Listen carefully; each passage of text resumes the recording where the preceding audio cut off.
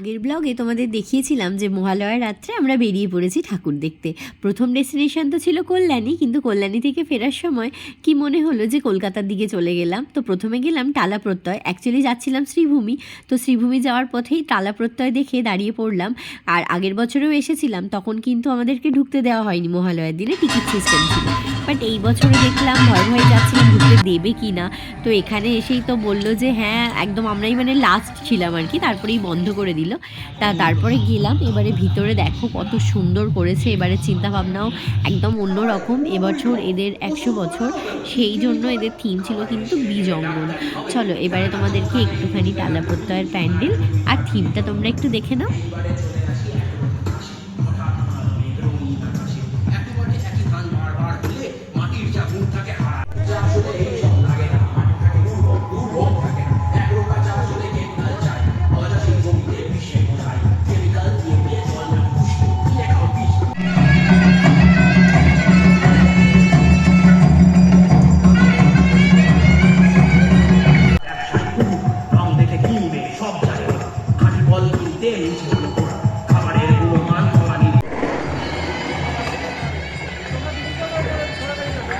প্রতিমা নিয়ে তো আমার আর কিছুই বলার নেই, এক অপরূপ মহিমা, এক অপরূপ দৃশ্য দেখলাম।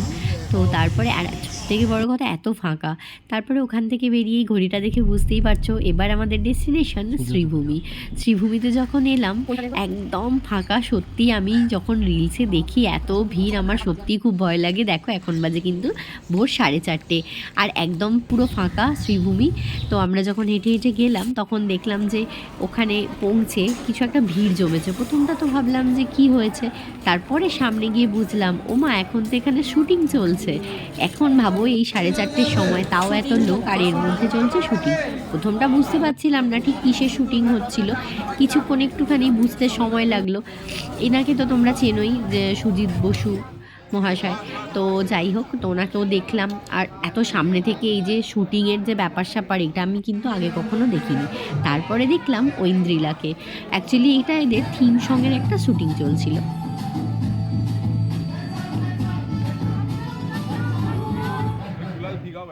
যাই হোক, শুটিং চলছে সেহেতু ঠাকুর তো আর আমাদের দেখা হলো না, কারণ এদের শুটিং শেষ হতে জানি না কত সময় লাগবে। প্যান্ডেল আর এই ঐন্দ্রিলাকে দেখেই এবার বাড়ির দিকে রওনা দিলাম।